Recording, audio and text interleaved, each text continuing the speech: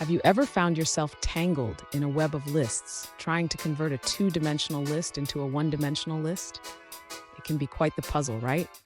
If you're facing this challenge, you're in the right place. Today, we will unravel the mystery of converting a 2D list to a 1D list using streams. I totally get it. It's frustrating when your code doesn't work as expected, especially when you think you've got it all figured out. You're not alone in this. Many developers have faced similar hurdles.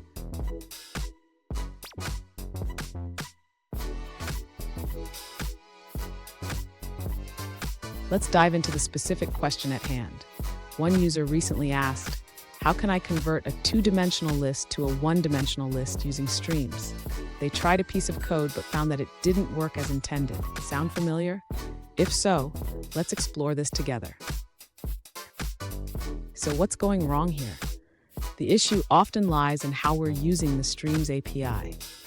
It's crucial to understand that we need to flatten the structure properly to achieve our goal. Let's break it down step by step. And stick around. I have a handy tip at the end that will make working with lists even easier. You won't want to miss it.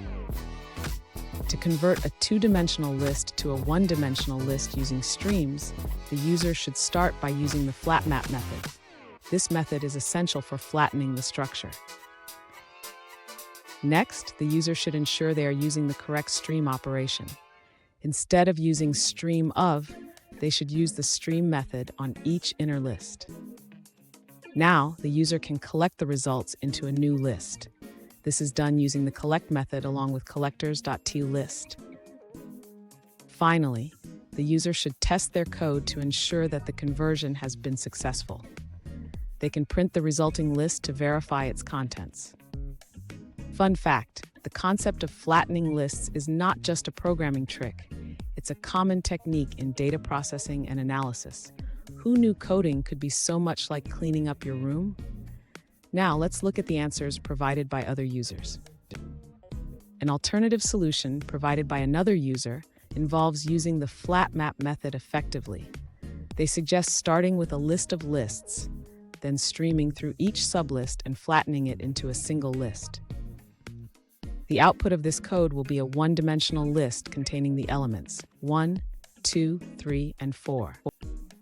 Now, let's shift our focus to a different response. An alternative solution provided by another user suggests using the flat map function with a stream from each inner list.